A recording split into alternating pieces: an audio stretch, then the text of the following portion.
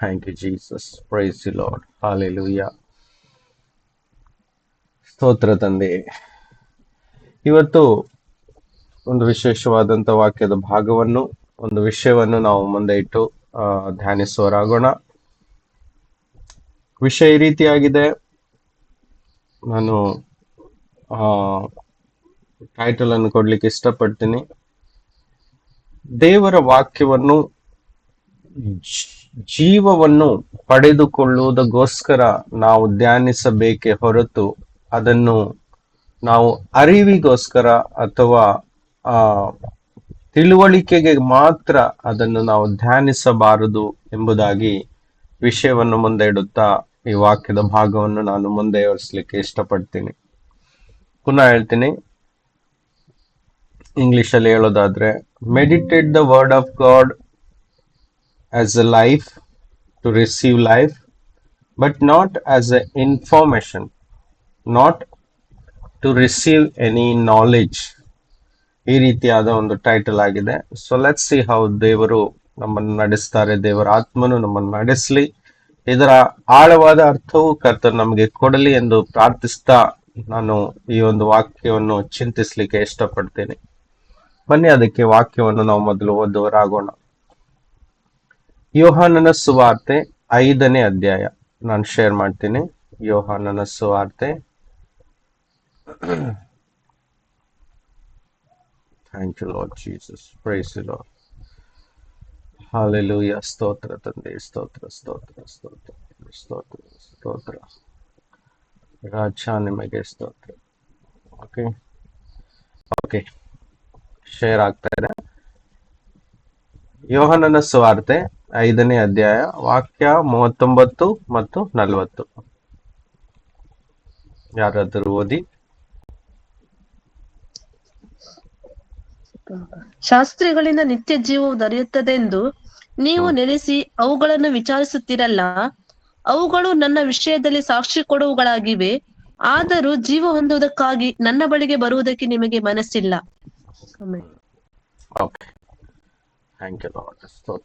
Okay, ನೋಡಿ, ಈ ವಾಕ್ಯ ಈ ರೀತಿಯಾಗಿ ಹೇಳ್ತದೆ. ಶಾಸ್ತ್ರಗಳಿಂದ ನಿತ್ಯ ಜೀವವು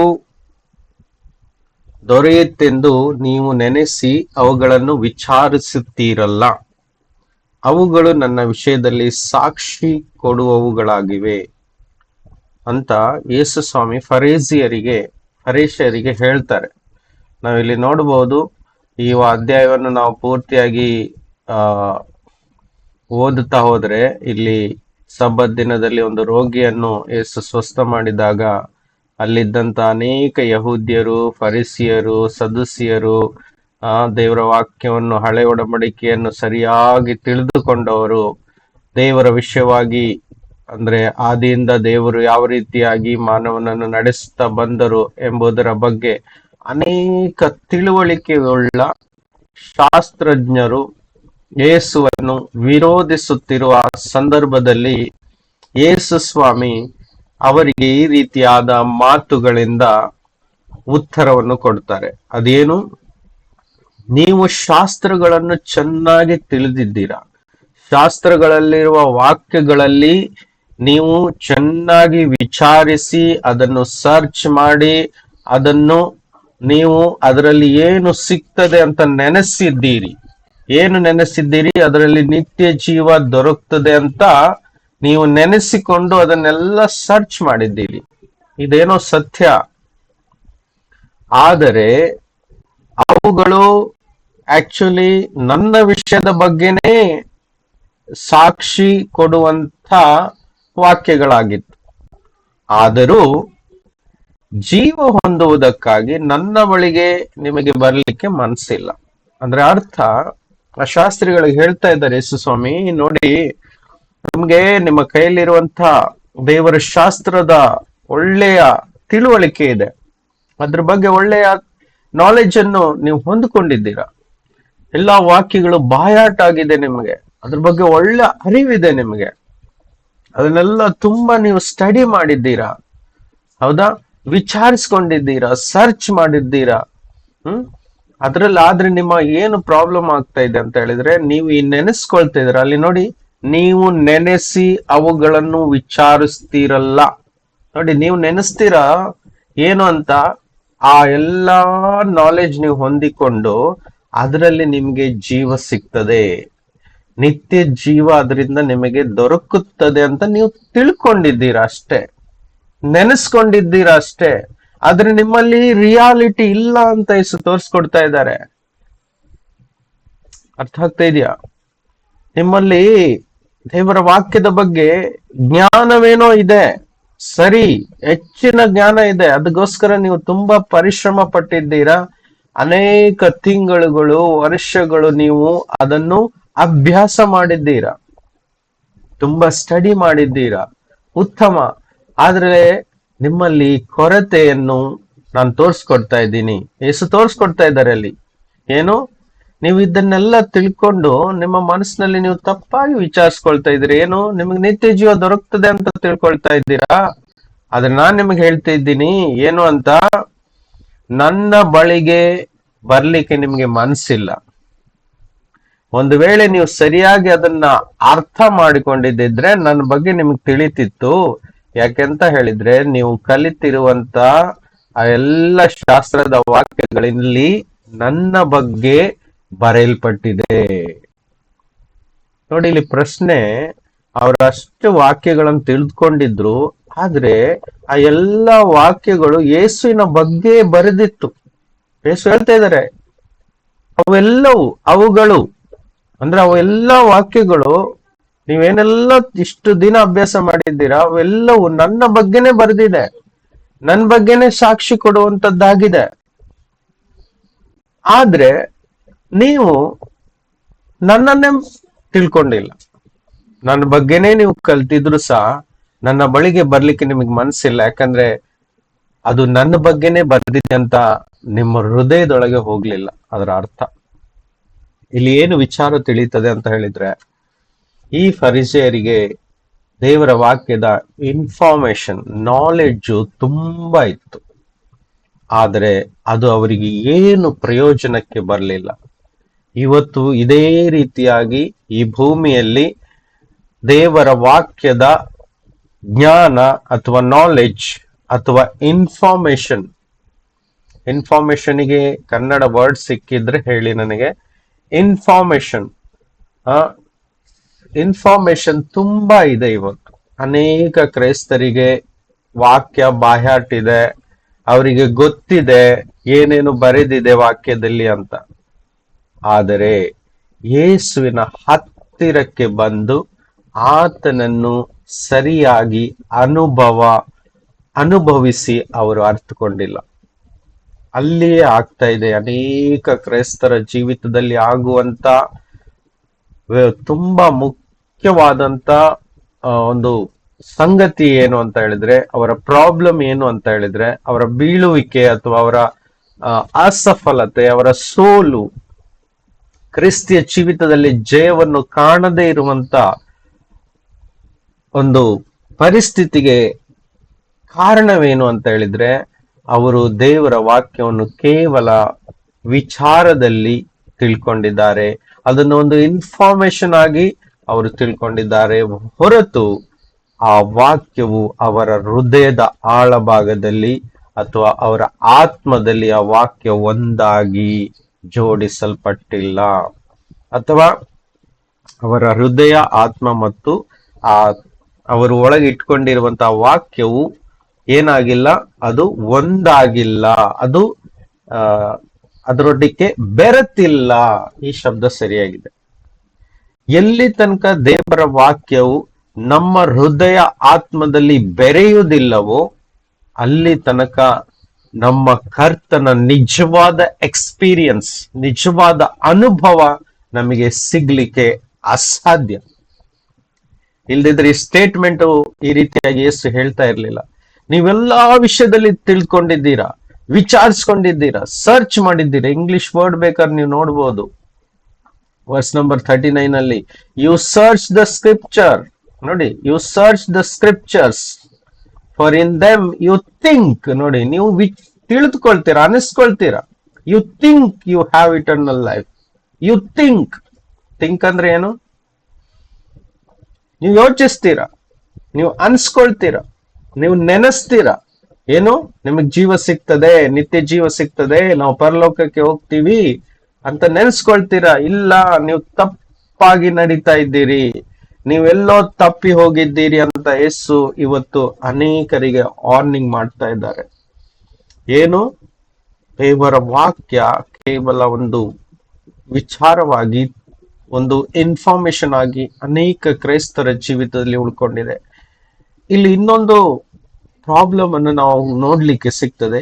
ಈ ಬೈಬಲ್ ಅನ್ನು ಅರಿತಿರುವಂತ ಅನೇಕ ಫರಿಸೇಯರು ಮತ್ತು ಶಾಸ್ತ್ರಿಗಳು ಯೇಸುವಿನ ಕಾಲದಲ್ಲಿ ಇದ್ರು.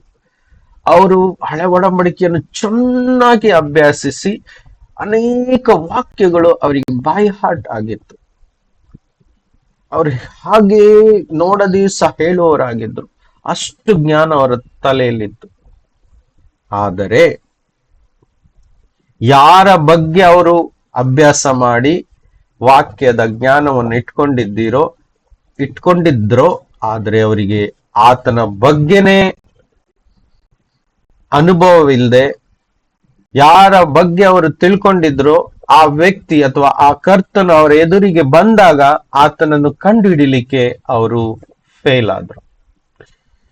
ಇದು ಎಷ್ಟೊಂದು ನಿರ್ಭಾಗ್ಯವಶವಾದಂತ ಒಂದು ಸಂಗತಿ ಅಂತ ನಾವು ನೋಡ್ಬೋದು.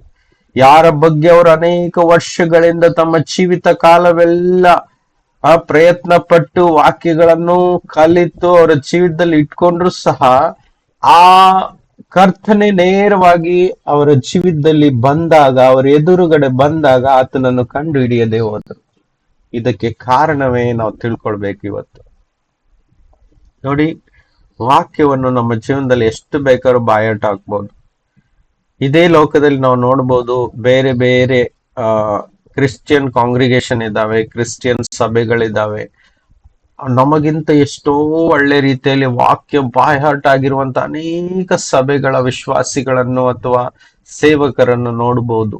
ಅವರಿಗೆ ನಮಗಿಂತ ಜಾಸ್ತಿ ವಾಕ್ಯಗಳು ಅವರ ಅರಿವಿನಲ್ಲಿ ಅವರು ಕಲ್ತ್ಕೊಂಡಿದ್ದಾರೆ. ಆದರೆ ಅವರಲ್ಲಿ ಜೀವ ಅಥವಾ ಯೇಸುವಿನ ಉಪಸ್ಥಿತಿ ಅಥವಾ ಯೇಸುವಿನ ಅನುಭವದ ಕೊರತೆಯನ್ನು ನಾವು ನೇರವಾಗಿ ಅವ್ರ ಜೀವನದಲ್ಲಿ ನೋಡ್ಬೋದು. ವಾಕ್ಯವಿದೆ, ಆದ್ರೆ ಯೇಸು ಇಲ್ಲ. ಈ ಅರ್ಥವನ್ನು ಇವತ್ತು ನಾವು ನಮ್ಮ ಜೀವನದಲ್ಲಿ ಅರ್ಥ ಮಾಡಿಕೊಂಡು, ನಾವು ಕೇವಲ ವಾಕ್ಯವನ್ನು ಜ್ಞಾನಕ್ಕೆ ಮಾತ್ರವಾಗಿ ನಾವು ತಿಳ್ಕೊಳ್ಳದೆ ಅಥವಾ ಓದದೆ ಅಥವಾ ಕೇಳದೆ ಅಥವಾ ಅದನ್ನು ಇಟ್ಕೊಳ್ಳದೆ ಅದನ್ನು ಜೀವವಾಗಿ ನಾವು ಇವತ್ತು ಅನುಭವಿಸ್ಬೇಕು. ಆವಾಗ ಮಾತ್ರ ನಮ್ಮ ಜೀವನದಲ್ಲಿ ಬದಲಾವಣೆಗಳು ಆಗ್ಲಿಕ್ಕೆ ಆರಂಭವಾಗ್ತದೆ. ಇದೇ ನನ್ನ ಉದ್ದೇಶ. ಇಲ್ಲಿ ಯೇಸು ಹೇಳುವ ಉದ್ದೇಶ ಅಷ್ಟೇ. ನಿಮಗೆ ಎಲ್ಲ ವಿಚಾರಗಳು ಗೊತ್ತಿದೆ, ಶಾಸ್ತ್ರಗಳಿಂದ ನೀವು ನಿತ್ಯ ಜೀವ ದೊರಕ್ತದಂತ ಚೆನ್ನಾಗಿ ಸ್ಟಡಿ ಮಾಡಿದ್ದೀರಾ. ಆದ್ರೆ ಅವೆಲ್ಲ ನನ್ನ ಬಗ್ಗೆನೇ ಬರ್ದಿದ್ರು ಸಹ ನನ್ನ ಬಗ್ಗೆ ನಿಮಗೆ ಗೊತ್ತಾಗ್ತಾ ಇಲ್ಲ, ನಾನೇ ಅವನು ಅಂತ. ಅದಕ್ಕೆ ಕಾರಣ 40ನೇ ವಾಕ್ಯದಲ್ಲಿ ನೋಡ್ಬೋದು, ಏನ್ ಹೇಳ್ತಿದ್ದಾರೆ? ಜೀವ ಹೊಂದುವುದಕ್ಕಾಗಿ ನನ್ನ ಬಳಿಗೆ ಬರಬೇಕು, ಆದ್ರೆ ಅದು ನಿಮಗೆ ಮನ್ಸಿಲ್ಲ. ನೋಡಿ, ಒಬ್ಬ ವ್ಯಕ್ತಿಗೆ ಜೀವ ಸಿಗ್ಬೇಕು, ನಿತ್ಯ ಜೀವ ಸಿಗ್ಬೇಕು, ಸೌಖ್ಯ ಸಿಗ್ಬೇಕು, ಮನಸ್ಸಿಗೆ ನೆಮ್ಮದಿ ಸಿಗ್ಬೇಕು, ಜೀವನದಲ್ಲಿ ಬದಲಾವಣೆ ಆಗ್ಬೇಕು, ಜೀವನ ಸಾರ್ಥಕ ಆಗ್ಬೇಕು, ಅಥವಾ ಜೀವನದಲ್ಲಿ ಯಶಸ್ಸನ್ನು ಕಂಡುಕೊಳ್ಬೇಕು, ಆತ್ಮಿಕವಾಗಿಯೂ ಭೌತಿಕವಾಗಿಯೂ ಎಲ್ಲಾ ವಿಷಯದಲ್ಲಿ, ಕುಟುಂಬವಾಗಿಯೂ ಪ್ರತಿಯೊಂದರಲ್ಲಿ ಒಂದು ಯಶಸ್ಸನ್ನು, ಜಯವನ್ನು ಕಂಡುಕೊಳ್ಬೇಕಾದ್ರೆ ಯೇಸುವಿನ ಬಳಿಗೆ ಬರಬೇಕು. ಅಂದ್ರೆ ಅರ್ಥ ಏನು ಅನ್ನೋದನ್ನ ನಾವು ನೋಡ್ಕೊಳ್ಳೋಣ. ಪಾಯಿಂಟ್ ನಂಬರ್ 1, ಯೇಸು ಹೇಳ್ತಿದ್ದಾರೆ, ನನ್ನ ಬಳಿಗೆ ಬರ್ಬೇಕು. ವಾಕ್ಯ ತಿಳ್ಕೊಂಡಿದ್ದೀರಾ? ಸಂತೋಷ. ಮೊದಲು ನನ್ನ ಬಳಿಗೆ ಬನ್ನಿ ಅಂತ ಹೇಳಿದ್ರೆ ಯೇಸುವನ್ನು ಕಂಡ್ಕೊಳ್ಬೇಕು. ನಾವು ಹತ್ತಿರದಲ್ಲಿ ಕಂಡ್ಕೊಳ್ಬೇಕು. ಹತ್ತಿರ ಯೇಸು ಇರುವುದನ್ನು ನಾವು ಅನುಭವಿಸ್ಬೇಕು. ಅವರ ಹತ್ತಿರಕ್ಕೆ ಅವ್ರನ್ನ ಹುಡುಕಬೇಕು. ಅದು ಅನುಭವದಲ್ಲಿ ಮಾತ್ರ ಸಾಧ್ಯ.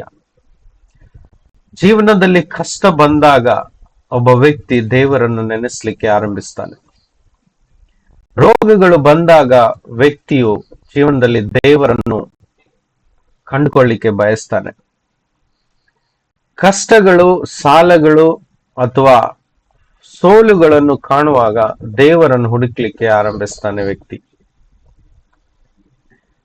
ಯಾಕಂದ್ರೆ ಈ ಲೋಕದಲ್ಲಿ ಎಲ್ಲವನ್ನು ಕಳೆದುಕೊಂಡು ರೋಗದಲ್ಲಿ ಬಿದ್ದು ಡಾಕ್ಟರ್ಸ್ಗಳು ಹೇಳ್ತಾರೆ ಇನ್ನು ನಾವು ಏನು ಮಾಡ್ಲಿಕ್ಕೆ ಆಗುದಿಲ್ಲ ಎನ್ನುವಂತ ಸಂದರ್ಭದಲ್ಲಿ ಒಬ್ಬ ವ್ಯಕ್ತಿ ಕೊನೆ ಮಟ್ಟಕ್ಕೆ ದೇವರನ್ನು ಹುಡುಕ್ಲಿಕ್ಕೆ ಆರಂಭಿಸ್ತಾನೆ.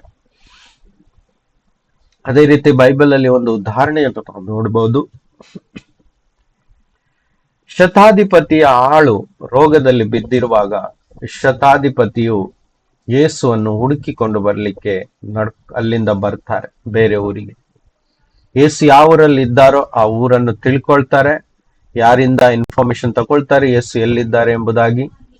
ಯೇಸುವಿನ ಬಗ್ಗೆ ಕೇಳಿದ್ದಾರೆ, ಆದ್ರೆ ಯೇಸುವನ್ನು ನೋಡ್ಲಿಕ್ಕೆ ಮೊದಲನೇ ಸಲ ಆ ವ್ಯಕ್ತಿ ಹುಡ್ಕೊಂಡು ಬರ್ತಾರೆ. ಹುಡ್ಕೊಂಡು ಬರುವಾಗ ಯೇಸುವನ್ನು ಭೇಟಿ ಆಗ್ತಾರೆ. ಯೇಸುವಿನ ಹತ್ರ ರಿಕ್ವೆಸ್ಟ್ ಮಾಡ್ತಾರೆ, ನನ್ನ ಆಳು ಸೌಖ್ಯವಿಲ್ಲ ಅಂತ.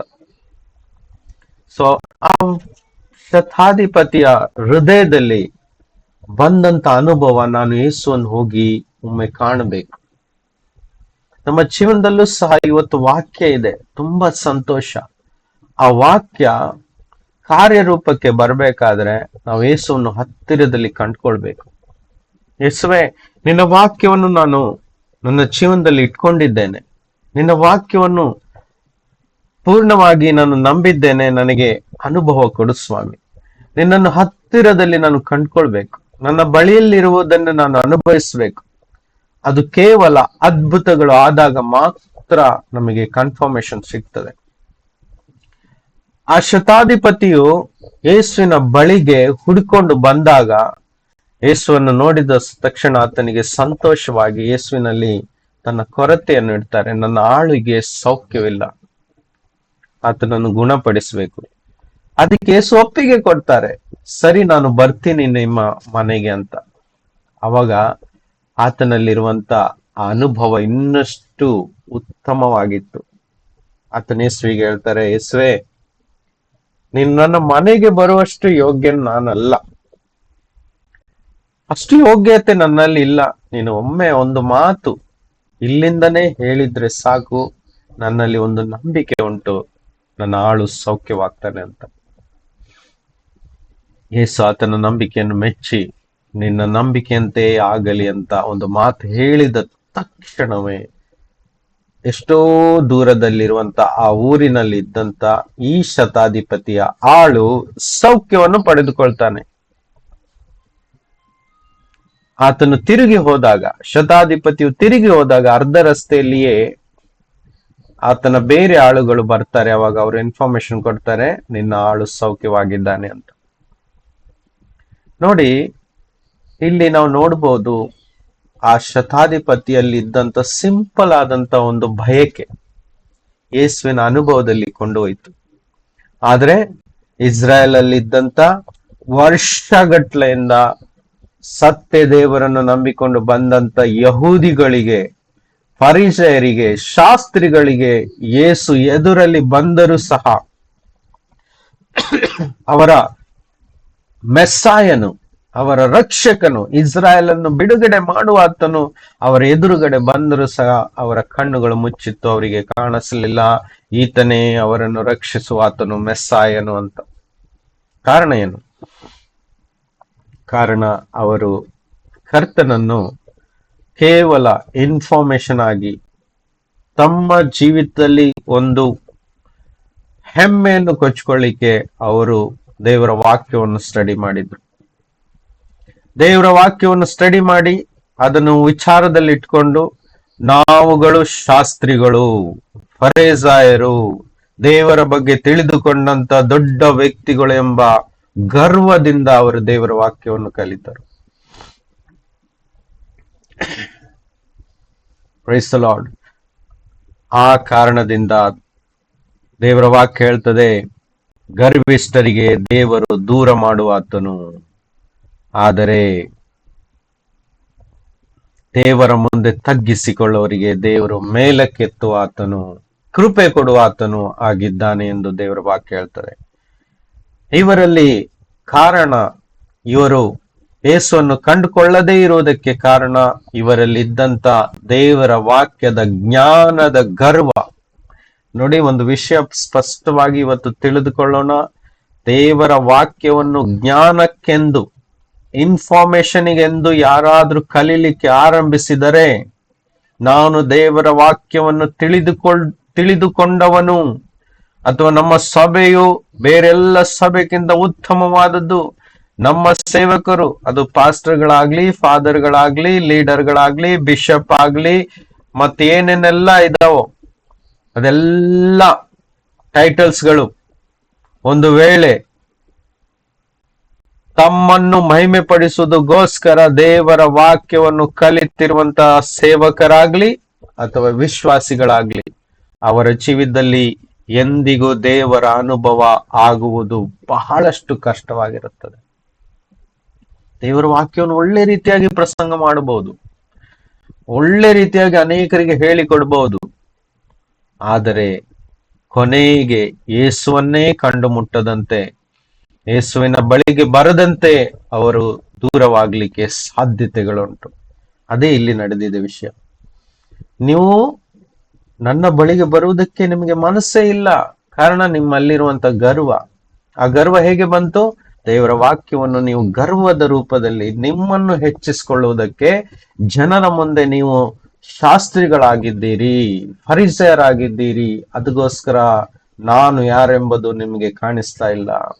ಇವತ್ತು ನಮ್ಮ ಜೀವನದಲ್ಲಿ ಸಹ ದೇವರ ವಾಕ್ಯವೆಂಬುದು ಜೀವವಾಗಿ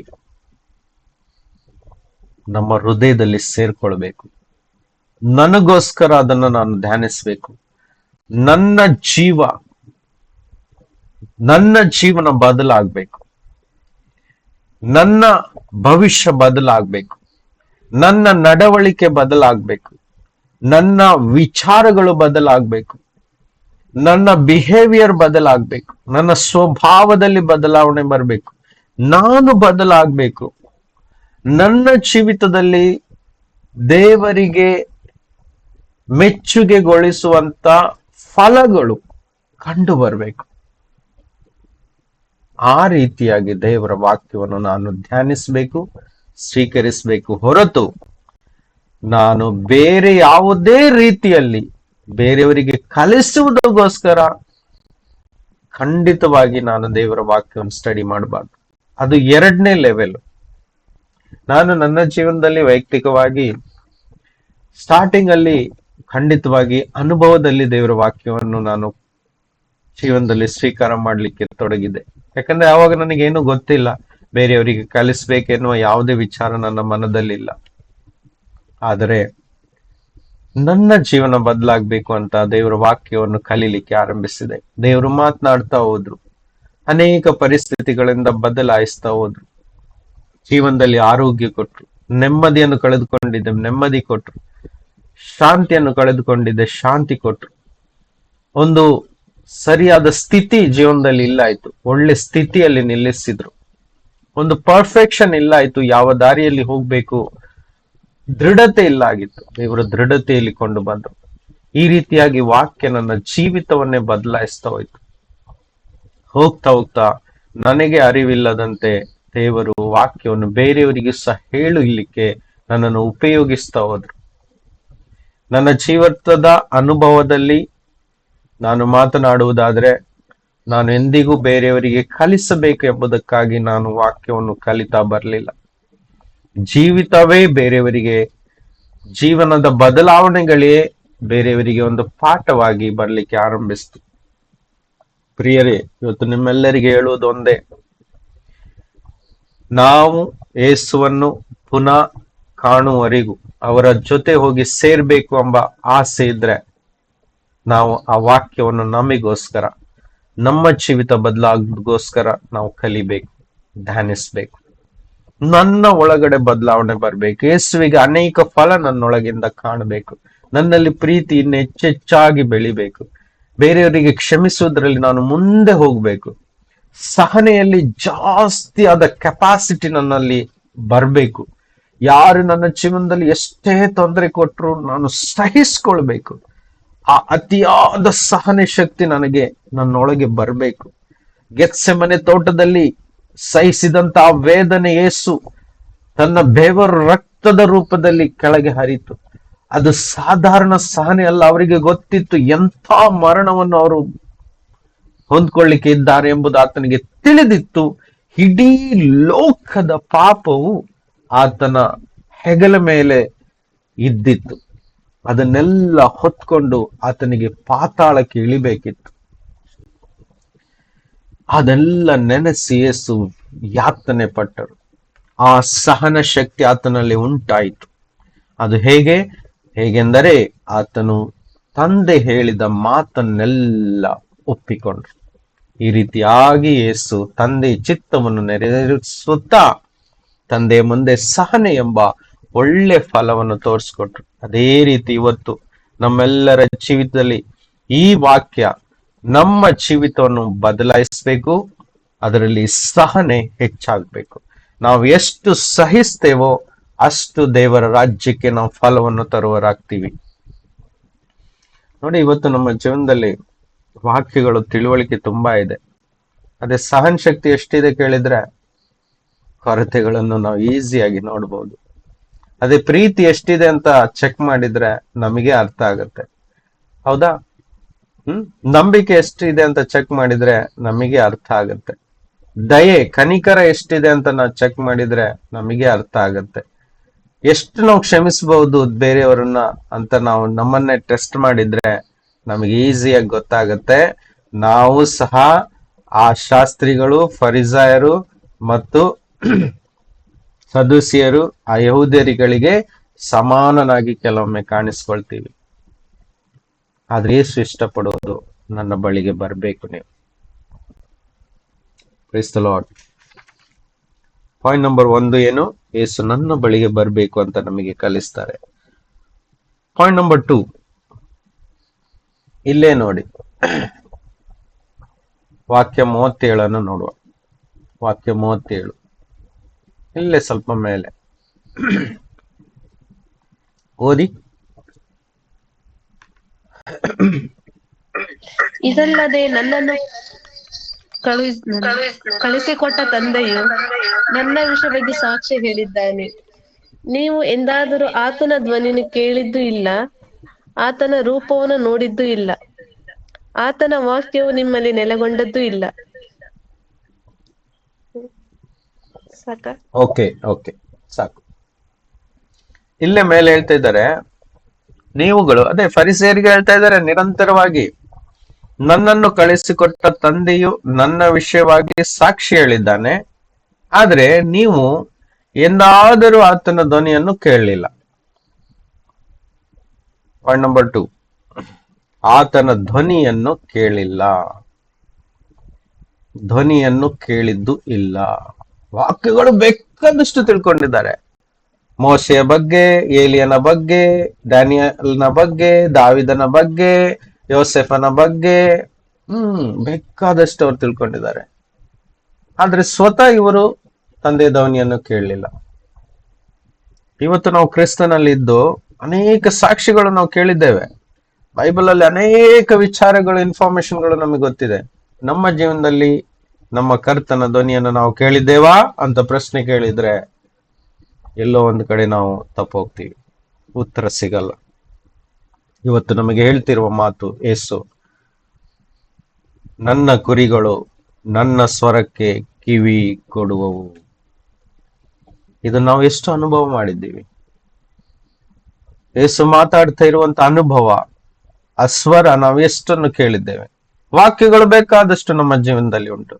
ಆದ್ರೆ ಎಂದಾದ್ರೂ ಯೇಸು ಆ ವಾಕ್ಯವನ್ನು ಎತ್ತಿ ಮಾತನಾಡುವಂತ ಅನುಭವಗಳು ಎಷ್ಟಿದಾವೆ ನಮ್ಮ ಜೀವನದಲ್ಲಿ? ನಾವು ಲೆಕ್ಕ ಮಾಡ್ಲಿಕ್ಕೆ ಸಾಧ್ಯ ಇದೆಯಾ? ಇದು ಪ್ರಶ್ನೆ. ಇದೇ ನಿಜವಾದ ಕ್ರಿಸ್ತಿಯ ಜೀವಿತ. ಯೇಸು ಪುನಃ ಬರುವಾಗ ಇವೇಗಳು ಪ್ರಶ್ನೆ ಮುಂದಿರ್ತವೆ. ಕ್ರಿಸ್ಟಿಯನ್ ಆದ ಮಾತ್ರಕ್ಕೆ ಯಾರು ಸಹ ಪರಲೋಕಕ್ಕೆ ಹೋಗುವುದಿಲ್ಲ. ಇದಕ್ಕೆ ಸ್ಟೇಟ್ಮೆಂಟ್ ಮ್ಯಾಥ್ಯೂ 7:21 ಏನ್ ಹೇಳಿದ್ದಾರೆ?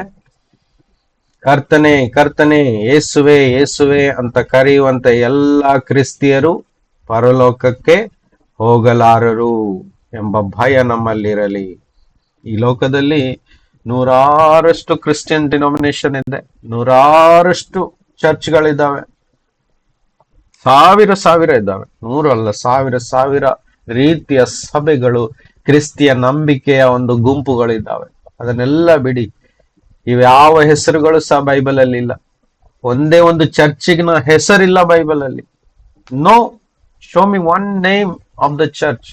ಯಾವುದೇ ಒಂದು ಚರ್ಚಿನ ಹೆಸರು ಹೇಳಿ ನೋಡುವ ಬೈಬಲ್ ಅಲ್ಲಿ.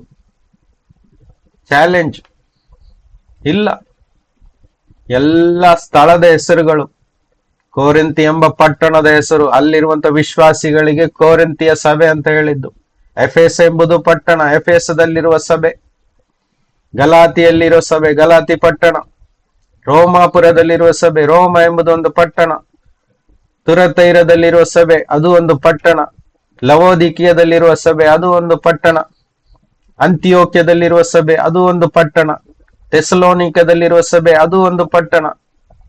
ಇವತ್ತು ನೋಡಿದ್ರೆ ಸಾವಿರಾರು ಹೆಸರುಗಳು ಅಕ್ಕಪಕ್ಕದಲ್ಲಿಯೇ ನೋಡ್ಬೋದು.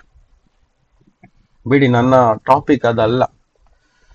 ನನ್ನ ವಿಷಯ, ಯೇಸು ನಮ್ಮಿಂದ ಆಸೆ ಪಡುವುದು ಒಂದು, ಆತನ ಹತ್ತಿರಕ್ಕೆ ಬರಬೇಕು, ಆತನನ್ನು ಹುಡುಕಬೇಕು ದಿನಾಲು. ಎಲ್ಲಿದ್ದಾರೆ ನಮ್ಮ ಅಪ್ಪ, ಎಲ್ಲಿದ್ದಾರೆ ನನ್ನ ಸ್ನೇಹಿತ, ಎಲ್ಲಿದ್ದಾರೆ ನನ್ನ ಕರ್ತನು? ಆತನಿಲ್ಲದೆ ನಾವು ಜೀವಿಸ್ತಾ ಇದ್ದೇವೆ ಡೈಲಿ. ಪಕ್ಕದಲ್ಲೇ ಇರ್ತಾರೆ, ಆತನನ್ನು ಬಿಟ್ಟು ನಾವು ಮರೆತು ಕೆಲವೊಮ್ಮೆ ನಾವು ಜೀವಿಸ್ತಾನೆ ಇರ್ತೀವಿ. ನಮಗೆ ಇಷ್ಟ ಬಂದ ಹಾಗೆ ನಾವು ಮಾಡ್ತೀವಿ. ಕೆಲವೊಮ್ಮೆ ನಾವು ಆತನ ಹತ್ರ ಕೇಳುವುದು ಸಹ ಇಲ್ಲಪ್ಪ, ಇದು ಈ ಕೆಲಸ ನಾನು ಮಾಡ್ಬೇಕಾ ಅಥವಾ ಮಾಡಬಾರ್ದ ಎಂಬ ಒಂದು ಪ್ರಶ್ನೆ ಸಹ ಕೇಳಲ್ಲ. ನನಗೆ ನಿನ್ನೇನೋ ಇವತ್ತು ಸಡನ್ ಆಗಿ ಹೃದಯದಲ್ಲಿ ಒಂದು ಸ್ಪಾರ್ಕ್ ಆಯ್ತು. ನೀನ್ ಮಾಡ್ತಿರೋ ಕೆಲಸದಲ್ಲಿ ನನ್ನ ಹತ್ರ ಒಂದು ಮಾತು ಯಾಕೆ ಕೇಳಲ್ಲ ಎಂಬ ಒಂದು ಸ್ಟೇಟ್ಮೆಂಟ್ ನನ್ನ ಹೃದಯದಲ್ಲಿ ಬಂತು. ನನಗೆ ಒಂಥರ ಭಯ ತರ ಹುಟ್ಟಿತ್ತು. ಹೌದಲ್ವಾ ಹೇಳಿ? ನಾವು ಎಷ್ಟು ಸಲ ಕೇಳ್ತೀವಿ ನಮ್ಮ ಕರ್ತನ ಹತ್ರ, ಅಪ್ಪ ನಾನು ಈ ಕೆಲಸ ಕೈ ಹಾಕ್ತಾ ಇದ್ದೀನಿ, ನಾನು ಮಾಡ್ಲಾ ಬೇಡ ಅಂತ. ರೈಟ್? ನಾವೆಲ್ಲವೂ ಮಾಡ್ತೀವಿ ನಮ್ಮ ಇಷ್ಟ ಬಂದಾಗೆ, ನಮ್ಮ ಇಷ್ಟದಂತೆ ಮಾಡ್ತೀವಿ. ಬಟ್ ಯಾವಾಗ್ಲೂ ಕೇಳಲ್ಲ.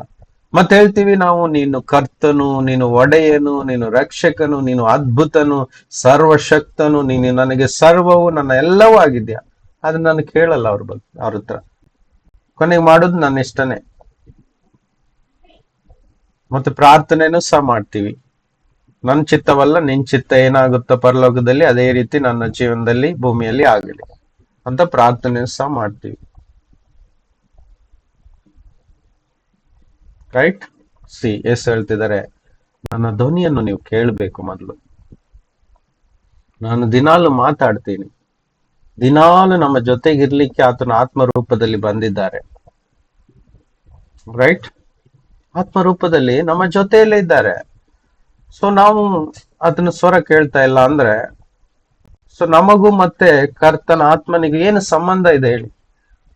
ನಮ್ಮಲ್ಲಿ ಕರ್ತನ ಆತ್ಮ ಇದ್ದಾನೆ ಎನ್ನುವುದು ವಾಕ್ಯದ ಇನ್ಫಾರ್ಮೇಶನ್ ನಮ್ಮಲ್ಲಿದೆ, ಆದ್ರೆ ಆತ್ಮನ ಇದ್ದಾನೆ ಎಂಬ ಪ್ರೂಫ್ ನಮಗಿಲ್ಲ.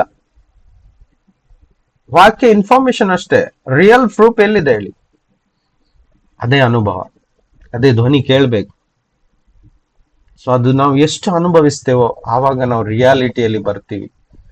ಅದಕ್ಕೋಸ್ಕರ ಇವತ್ತು ನಾವು ಫರೀಷಿಯ ಮತ್ತು ಯಹೂದಿಗಳ ಶಾಸ್ತ್ರಿಗಳ ಅನುಭವದಿಂದ ಹೊರಗೆ ಬರಬೇಕು. ವಾಕ್ಯ ನನ್ನ ಜೀವಿತದಲ್ಲಿ ಬದಲಾವಣೆಯನ್ನು ತರಬೇಕು. ಕರ್ತನ ಸ್ವರವನ್ನು ನಾನು ಕೇಳಬೇಕು. ಮುಂದೆ ನೋಡಿ, ಆತನ ರೂಪವನ್ನು ನೋಡಿದ್ದು ಇಲ್ಲ ಅಂತ ಅವರಿಗೆ ಬೈತಾರೆ. ಈ ಮಾತು ಇವತ್ತು ನಮಗೂ ಸಹ ಆಗಿದೆ. ನಾವು ದಿನಾಲು ಆತನ ರೂಪವನ್ನು ಆತ್ಮದಲ್ಲಿ ನೋಡ್ಬೇಕು. ರೂಪವನ್ನು ನೋಡುವುದಂತ ಹೇಳಿದ್ರೆ ಆತನನ್ನು ಎಕ್ಸ್ಪೀರಿಯನ್ಸ್ ಮಾಡುವುದು. ಏನು? ಪಾಯಿಂಟ್ ನಂಬರ್ 3, 5 ಪಾಯಿಂಟ್ ಅನ್ನು ಕಲಿಸ್ತಾ ಇದ್ದೀನಿ, 5ರಿಂದ 6 ಪಾಯಿಂಟ್, ಸಾರಿ 5 ಪಾಯಿಂಟ್. ಪಾಯಿಂಟ್ ನಂಬರ್ 3, ಆತನ ರೂಪವನ್ನು ನೋಡಬೇಕು ನಾವು. ಎಲ್ಲಿದ್ದಾರೆ ಯೇಸು? ಅಂದ್ರೆ ಎಕ್ಸ್ಪೀರಿಯನ್ಸ್ ಮಾಡಬೇಕು. ಪದೇ ಪದೇ ನಾವು ಅನುಭವಿಸ್ಬೇಕು ಯೇಸು ಇದ್ದಾರೆ. He is real, he is not A picture ಅನೇಕರು ಇವತ್ತು ರೂಪವನ್ನು ಇಟ್ಕೊಂಡಿದ್ದಾರೆ ಬಿಡಿ, ಫೋಟೋದಲ್ಲೇ ಇಟ್ಬಿಡ್ತಾರೆ ಯೇಸುವನ್ನು. ತಮ್ಮ ಆತ್ಮದಲ್ಲಿ ಆ ರೂಪವನ್ನು ನೋಡ್ಲಿಕ್ಕೆ ಇಷ್ಟಪಡಲ್ಲ. Is beautiful. ಅವರಿಗೆ ಒಂದು ಸುಂದರವಾದಂತ ರೂಪ ಇದೆ, ಅದನ್ನ ನಾವು ಅನುಭವಿಸ್ಬೇಕು. ಅರ್ಥ ಆಗ್ತಾ ಇದೆಯಾ? ಆತನ ಅನುಭವ ಅಂತ ಹೇಳಿದ್ರೆ, ಬೆಳಿಗ್ಗೆ ನಾವು ಎದ್ದದ್ರಿಂದ ರಾತ್ರಿ ಮಲಗುವವರೆಗೂ ನಮ್ಮನ್ನು ಎಷ್ಟು ಸುರಕ್ಷಿತವಾಗಿ ಕಾಪಾಡಿಕೊಂಡು, ಆರೋಗ್ಯ ಕೊಟ್ಟು, ಆವತ್ತಿನ ಆಹಾರ ಕೊಟ್ಟು, ಶರೀರವನ್ನು ಸ್ಟ್ರಾಂಗ್ ಆಗಿ ಇಟ್ಬಿಟ್ಟು, ಮನಸ್ಸಿಗೆ ಯಾವುದೇ ಸ್ಟ್ರೆಸ್ ಆಗದಂತೆ, ಟೆನ್ಷನ್ ಆಗದಂತೆ, ಪೀಸ್ ಅಂದ್ರೆ ಶಾಂತಿಯನ್ನು ಕೊಟ್ಟು, ಆ ಇಡೀ ದಿನ ನೆಮ್ಮದಿಯಲ್ಲಿ ನಾವು ಕಳಿತೀವಿ ಕೆಲವೊಮ್ಮೆ. ಅದರ ಅರ್ಥ ಆತನ ಜೊತೆಗಿದ್ದು ಆ ರೀತಿಯಾಗಿ ನಮ್ಮನ್ನು ಆ ದಿನವನ್ನು ಕಳೀಲಿಕ್ಕೆ ಸಹಾಯ ಮಾಡಿದ್ದಾರೆ ಎಂದು ಅರ್ಥ. ನಾವು ಮರ್ತು ಬಿಡ್ತೀವಿ ನೋಡಿ. ಕರ್ತನು ಜೊತೆಗಿಲ್ಲದೆ ಯಾರು ಸಹ ಸಮಾಧಾನದಿಂದ ಆ ದಿನವನ್ನು ಕಳೀಲಿಕ್ಕೆ ಆಗುವುದಿಲ್ಲ. ಯಾಕೆ ಅಂತ ಹೇಳಿದ್ರೆ, ಈ ಲೋಕವು ಕೆಡುಕನ ಕೈಯಲ್ಲಿದೆ ಅಂತ ವಾಕ್ಯ ಹೇಳ್ತದೆ. ಅಂದ್ರೆ ಕೆಡುಕನು ಕೆಡಿಸ್ತಾ ಇರ್ತಾನೆ, ಯಾರಿಗಾದ್ರೂ ಕೆಡುಕ್ತಾ ಇರ್ತಾನೆ, ಜೀವಿತವನ್ನು ಹಾಳು ಮಾಡ್ತಾನೆ ಇರ್ತಾನೆ, ನಾಶ ಮಾಡ್ತಾನೆ ಇರ್ತಾನೆ, ನಷ್ಟ ಕೊಡ್ತಾನೆ ಇರ್ತಾನೆ, ಕೊಲೆನೂ ಸಹ ಮಾಡ್ತಾ ಇರ್ತಾನೆ. ಇದು ಯೇಸು ಸ್ಟೇಟ್ಮೆಂಟ್ ಕೊಟ್ಟಿದ್ದಾರೆ. ಆತನು ಬರುವುದೇ ಕದಿಯುವುದಕ್ಕೂ, ಹಾಳು ಮಾಡುವುದಕ್ಕೂ ಮತ್ತು ನಾಶ ಮಾಡುವುದಕ್ಕೂ, ಅಂದ್ರೆ ಸಾಯಿಸುವುದಕ್ಕೂ, ಟು ಕಿಲ್. ಅಂದ್ರೆ ಅರ್ಥ, ನಾವಿವತ್ತು ಸುಂದರವಾಗಿ ಜೀವಿಸಿದ್ದೇವೆ, ಇವತ್ತಿನ ದಿನ ಚೆನ್ನಾಗಿ ಊಟ ಮಾಡಿದ್ದೇವೆ, ಆರೋಗ್ಯ ಇದೆ, ಮಲಗಿದ್ದೇವೆ, ಇಲ್ಲಿವರೆಗೂ ಸ್ವಸ್ಥತೆ ಇದೆ, ನೆಮ್ಮದಿ ಇದೆ ಅಂತ ಹೇಳಿದ್ರೆ, ಕರ್ತನು ಜೊತೆಗಿದ್ದು 4 ಕಡೆಯಿಂದ ಪ್ರೊಟೆಕ್ಷನ್ ಕೊಟ್ಟು ನಮ್ಮನ್ನು ಸುಂದರವಾಗಿ ಇಟ್ಟಿದ್ದಾರೆ ಇವತ್ತು. That means experience. We have to think about it. ಇದರ ಬಗ್ಗೆ ನಾವು ಯೋಚನೆ ಮಾಡಬೇಕು. ಇದೇ ಕ್ರಿಸ್ತಿಯ ಜೀವಿತ. ನಾನು ಯಾವಾಗ್ಲೂ ಹೇಳ್ತಾ ಇರ್ತೀನಿ, ಅನೇಕರು ಹೇಳ್ತಾರೆ, Christian life is relationship with god. ಕರ್ತನ ಜೊತೆಗಿರುವ ಸಂಬಂಧ ಅಲ್ಲದೆ ಬೇರೆ ಏನೂ ಅಲ್ಲ. ಬಾಕಿ ಎಲ್ಲವೂ ಏನು ಒಂಥರ ಏನು ಎಲ್ಲ ನೋಟಕ್ಕೆ ಮಾತ್ರ. ಇನ್ನು ನೋಡಿ, ಇವಾಗ ಸದ್ಯಕ್ಕೆ ಹಬ್ಬಗಳು ಮುಗೀತು 2 ದಿನ ಹಿಂದೆ ಅಲ್ವಾ. ಮೊನ್ನೆ ಎಲ್ಲ ಹಬ್ಬಗಳು ಜೋರಾಗಿ ಕರ್ನಾಟಕದಲ್ಲಿ ನಡೀತಾ ಇತ್ತು, ಅನೇಕ ರಾಜ್ಯದಲ್ಲಿ. ಎಲ್ಲ ನೋಟಕ್ಕೆ ತಕ್ಕಂತೆ, ಹೌದಾ, ಹೊರಗಿನ ಎಲ್ಲ ವೇಷ ಭೂಷಣ ಎಲ್ಲ ನೋಡ್ಬೋದು ನೀವು. ಎಲ್ಲಿ ನೋಡಿದ್ರು ವೇಷ ಭೂಷಣ, ಲೈಟಿಂಗು, ಡ್ಯಾನ್ಸು, ಅದು ಇದು ಅಂತ, ತಿನ್ನೋದು ಕುಡಿಯೋದು. ಬಟ್ ಎಲ್ಲಿ ಆದ್ರೂ ನಮ್ಮ ಜೀವನದಲ್ಲಿ ನಾವು ಆ ಪ್ರೀತಿಯ ಅನುಭವ, ಆ ಸುರಕ್ಷತೆ, ಆ ನೆಮ್ಮದಿ, ಆ ಸಮಾಧಾನ, ಈ ಫಲಗಳು ನಮ್ಮ ಜೀವನದಲ್ಲಿ ನಾವು ನೋಡಿ, ಅದೇ ರೀತಿ ನಮ್ಮ ಮುಖಾಂತರ ಬೇರೆಯವರಿಗೂ ಸ್ವಲ್ಪ ಹಂಚ್ಕೊಟ್ಟಿದ್ದಿದ್ರೆ, ನಾವು ಏನನ್ನ ಹಂಚ್ಕೊಳ್ಳೋದು? ಪ್ರೀತಿಯನ್ನು, ಸ್ವಲ್ಪ ನೆಮ್ಮದಿಯನ್ನು, ಸಾಂತ್ವನವನ್ನು, ಮತ್ತೆ ಸಹಾಯವನ್ನು, ಕ್ಷಮೆಯನ್ನು, ಹೊಂದಾಣಿಕೆಯನ್ನು, ಐಕ್ಯತೆಯನ್ನು, ಇವೆಲ್ಲ ನಾವು ಶೇರ್ ಮಾಡಿದ್ರೆ ಅದೇ ನಿಜವಾದ ಅನುಭವ. ಕರ್ತನಿಲ್ಲದೆ ನಾವು ಇದನ್ನ ಯಾರಿಗೂ ಕೊಡ್ಲಿಕ್ಕೆ ಆಗುದಿಲ್ಲ. ಕರ್ತನು ನಮ್ಮೊಳಗಡೆ ಇಲ್ದೆ, ನಮ್ಮ ಜೊತೆಯಲ್ಲಿ ಇಲ್ದೆ, ಅನುಭವ ಇಲ್ದೆ ನಾವು ಪ್ರೀತಿ ಸಹ ಶೇರ್ ಮಾಡಕ್ಕಾಗಲ್ಲ ಬೇರೆಯವರಿಗೆ ಕ್ಷಮಿಸೋಕ್ಕೂ ಆಗಲ್ಲ ಅಷ್ಟು ಸುಲಭವಾಗಿ. ಬೇರೆಯವರನ್ನು ಸಹಿಸ್ಕೊಳ್ಳಿಕ್ಕೂ ಆಗುದಿಲ್ಲ. ಅವರು ಮಾಡುವಂತ ವ್ಯಂಗ್ಯತನವನ್ನು ಅದನ್ನ ಸಹಿಸ್ಕೊಳ್ಳಿಕ್ಕೂ ಸಹ ಆಗಲ್ಲ. ಅದು ಕರ್ತನು ಜೊತೆಗಿದ್ದು ಒಂದು ಎಕ್ಸ್ಪೀರಿಯನ್ಸ್ ಕೊಟ್ಟಾಗ ಮಾತ್ರ ನಾವು ಪರರನ್ನು ಸಹಿಸ್ಲಿಕ್ಕೆ ಸಾಧ್ಯ. ಇದು ಪಾಯಿಂಟ್ ನಂಬರ್ 3. ಪಾಯಿಂಟ್ ನಂಬರ್ 4, 38 ಓದಿ.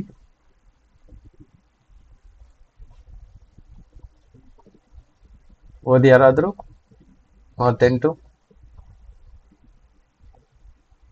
ಆತನ ವಾಕ್ಯವು ನಿಮ್ಮಲ್ಲಿ ನೆಲೆಗೊಂಡದ್ದು ಇಲ್ಲ, ಆತನ ಕಳುಹಿಸಿಕೊಟ್ಟ ಮಾತನ್ನು ನೀವು ನಂಬೋದೇ ಇದ್ದಿರಷ್ಟೇ. ನೋಡಿ, ಆತನ ವಾಕ್ಯ ನಿಮ್ಮಲ್ಲಿ ನೆಲೆಗೊಂಡದ್ದು ಇಲ್ಲ. ವಾಕ್ಯ ನಿಮ್ಮಲ್ಲಿ ನೆಲೆಗೊಂಡಿದ್ದರೆ ನೀವು ನನ್ನನ್ನು ತಿಳ್ಕೊಳ್ತಾ ಇದ್ರಿ.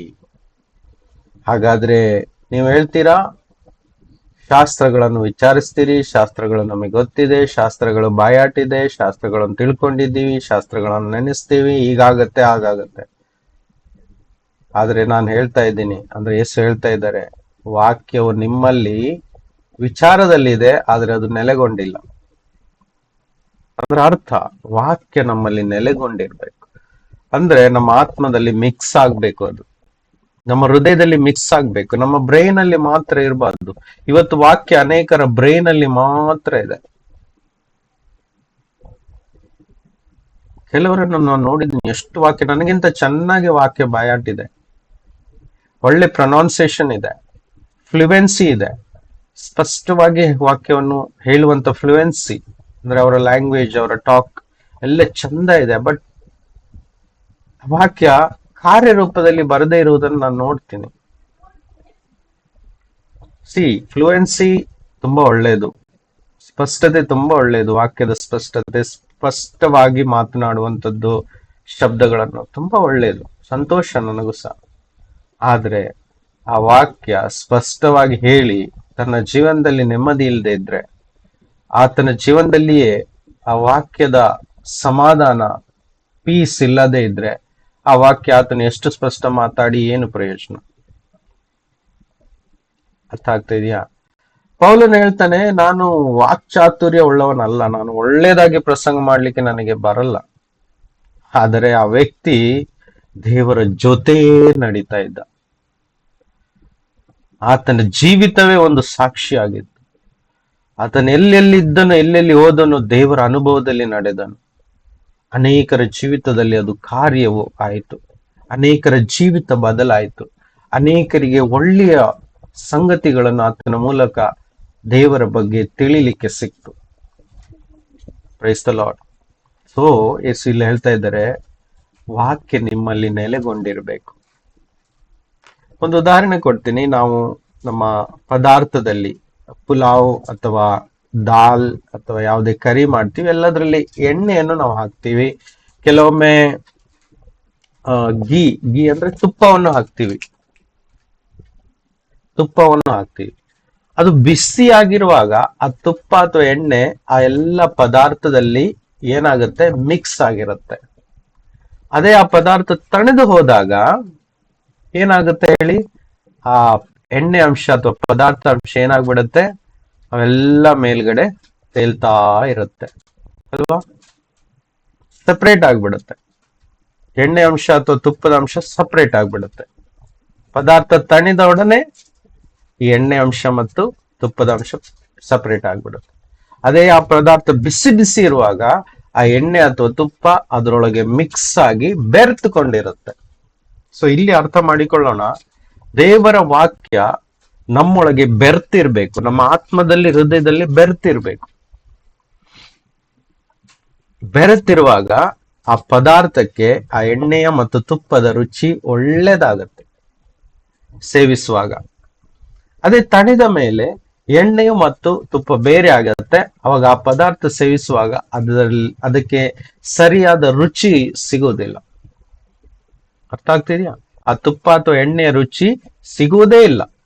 ಅದೇ ಪದಾರ್ಥ ಬಿಸಿಯಾಗಿರುವಾಗ ಮಾತ್ರ ಆ ಪದಾರ್ಥಕ್ಕೆ ಎಣ್ಣೆ ಸೇರಿಕೊಂಡು ಒಳ್ಳೆ ರುಚಿಯನ್ನು ಕೊಡುತ್ತದೆ. ಅದೇ ರೀತಿಯಾಗಿ ನಮ್ಮ ಜೀವನದಲ್ಲಿ ನಮ್ಮ ಆತ್ಮವು, ಹೃದಯವು ವಾಕ್ಯದ ಜೊತೆ ಬೆರೆತಾಗ ಅದು ನಮ್ಮ ಜೀವಿತದಲ್ಲಿ ಒಳ್ಳೆ ಫಲಗಳನ್ನು ತಂದು ಕರ್ತನ ಮುಂದೆ ನಮ್ಮ ಜೀವಿತವು ಒಂದು ರುಚಿಯಾಗಿರುತ್ತದೆ.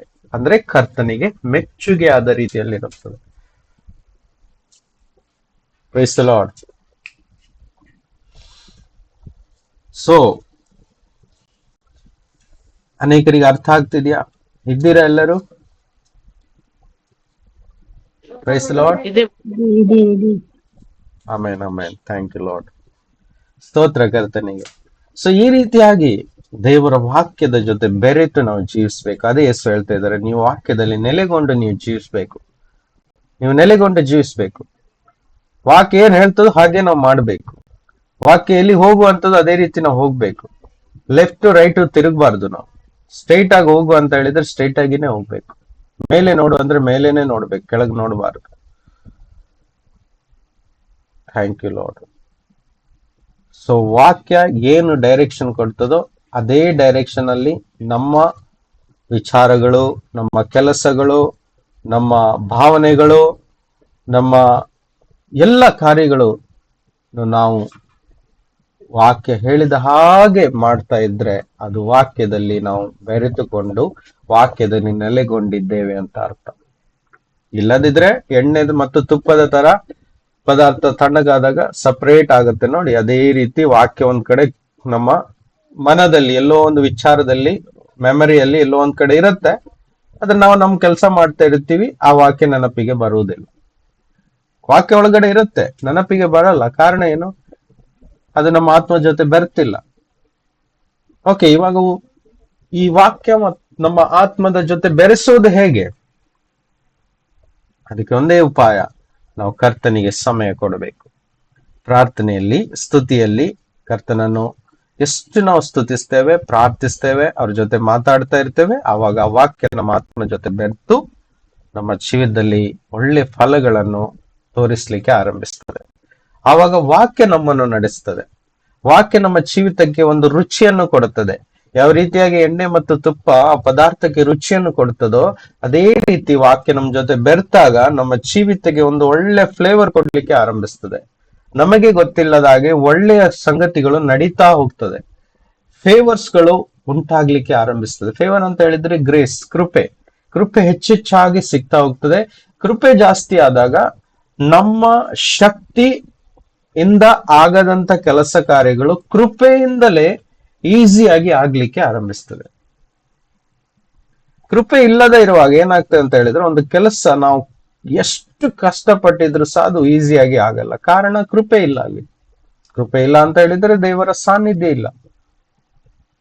ದೇವರ ಸಾನ್ನಿಧ್ಯ ಇದ್ರೆ ಖಂಡಿತ ಅಲ್ಲಿ ಕೃಪೆ ಸಿಗತ್ತೆ. ನಮ್ಮ ಕೆಲಸ ಈಸಿಯಾಗಿ ಒಂದೊಂದಾಗಿ ಸುಲಭವಾಗಿ ಆಗ್ಲಿಕ್ಕೆ ಆರಂಭಿಸ್ತದೆ. ಇದು ದೇವರ ಕೃಪೆ.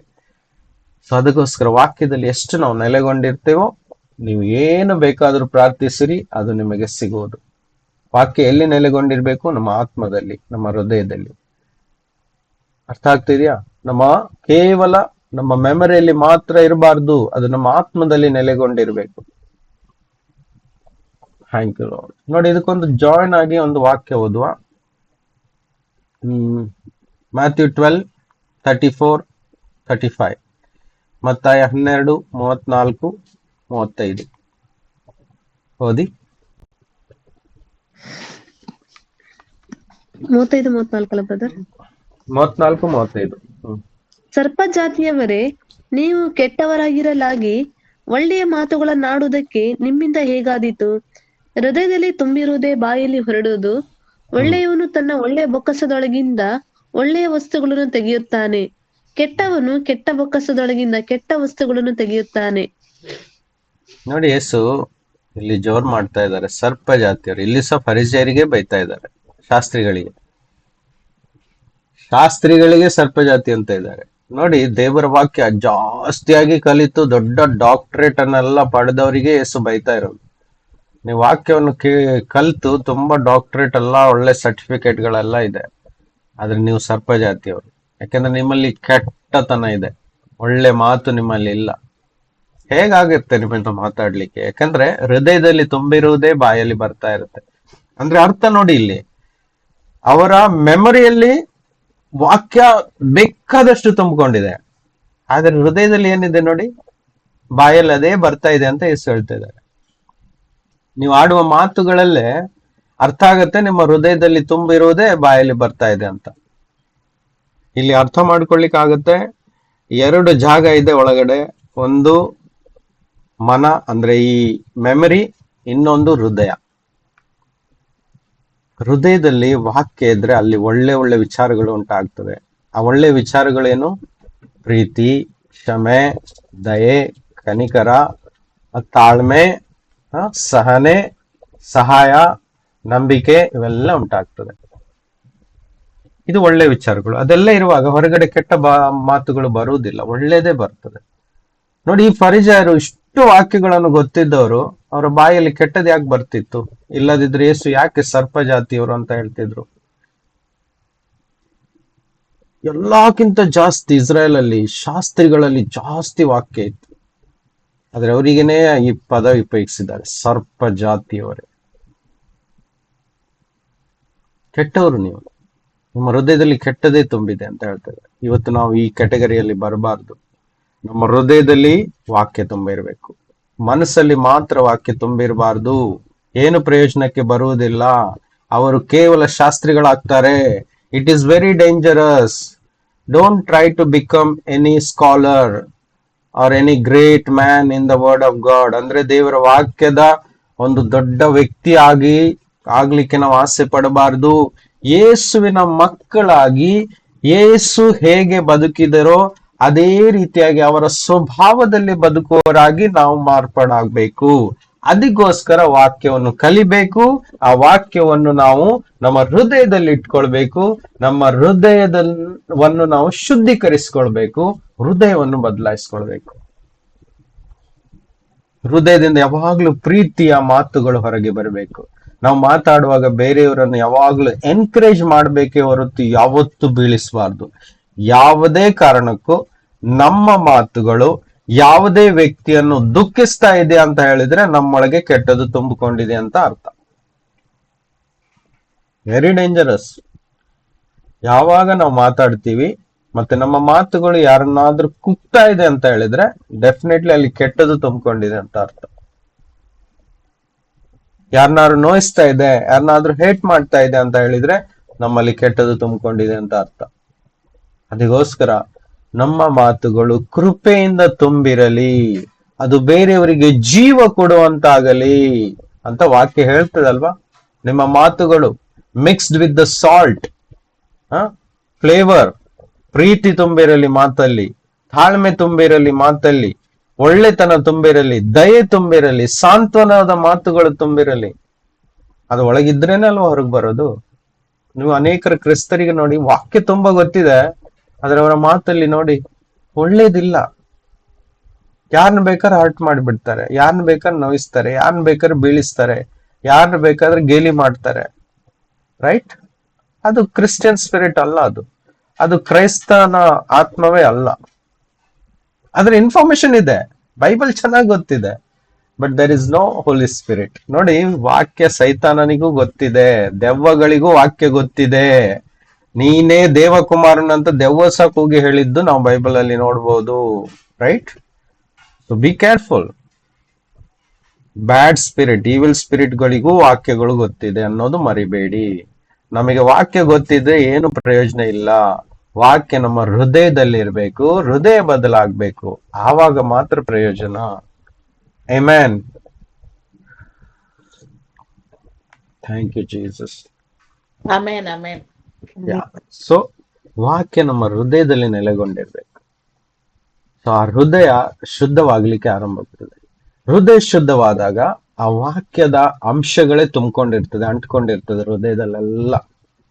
ಏನದು? ಪ್ರೀತಿ, ಮಮತೆ, ದಯೆ, ಕರುಣೆ, ಸಹನೆ, ತಾಳ್ಮೆ, ಪ್ರಶಂಸೆ, ಅಂದ್ರೆ ಬೇರೆಯವ್ರನ್ನ ಪ್ರಶಂಸಿಸುವುದು, ಬೇರೆಯವ್ರನ್ನ ಒಳ್ಳೇದಾಗಿ ಹೊಗಳೋದು, ಅವ್ರನ್ನ ಎತ್ತಿ ಹಿಡಿಯೋದು, ಅವರಿಗೆ ಸಹಾಯ ಮಾಡೋದು, ಇಂಥ ಒಂದು ಸಂಗತಿಗಳು ನಮ್ಮ ಹೃದಯದಲ್ಲಿ ತುಂಬಿಕೊಂಡಿರುತ್ತೆ. ಸೊ ನಾವು ಮಾತಾಡುವಾಗ ಅದೇ ಹೊರಗೆ ಬರ್ಲಿಕ್ಕೆ ಆರಂಭಿಸ್ತದೆ. ಅರ್ಥ ಆಗ್ತಾ ಇದೆಯಾ? ಅದಕ್ಕೋಸ್ಕರ ವಾಕ್ಯವನ್ನು ನಾವು ಇನ್ಫಾರ್ಮೇಶನ್ಗೋಸ್ಕರ, ಜ್ಞಾನಗೋಸ್ಕರ ಕಲೀಲೇಬಾರ್ದು.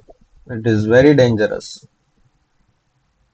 It will make more disputes. ಇದು ಗೊಂದಲಕ್ಕೆ ಕಾರಣವಾಗ್ತದೆ. ಇದೇ ಫರಿಜರ ಜೊತೆ ಆಗಿದ್ದು. ದೇವರ ವಾಕ್ಯವನ್ನು ಪ್ರೀತಿ ಮಾಡೋದಕ್ಕೋಸ್ಕರ, ದೇವರನ್ನು ಪ್ರೀತಿ ಮಾಡೋದಕ್ಕೋಸ್ಕರ ಮತ್ತು ಪರರನ್ನು ಪ್ರೀತಿಸುವುದಕ್ಕೋಸ್ಕರ ವಾಕ್ಯವನ್ನು ನಾವು ಹೃದಯದಲ್ಲಿ ಇಟ್ಕೊಳ್ಬೇಕು, ವಿನಃ ಬೇರೆ ಯಾವುದೇ ಅಲ್ಲ, ವಿಷಯಕ್ಕಲ್ಲ. ಪಾಯಿಂಟ್ ನಂಬರ್ 5, ಪುನಃ ಅಲ್ಲಿಗೆ ಬರ್ತೀನಿ ನೋಡಿ. ಪಾಯಿಂಟ್ ನಂಬರ್ 5, 38 ಅಲ್ಲೇ ನೋಡಿ. ನೆಕ್ಸ್ಟ್, ಆತನು ಕಳುಹಿಸಿಕೊಟ್ಟವನ ಮಾತನ್ನು ನೀವು ನಂಬದೇ ಇದ್ದೀರಷ್ಟೇ ಅಂತ ಪರಿಸೇರಿ ಹೇಳ್ತಾರೆ.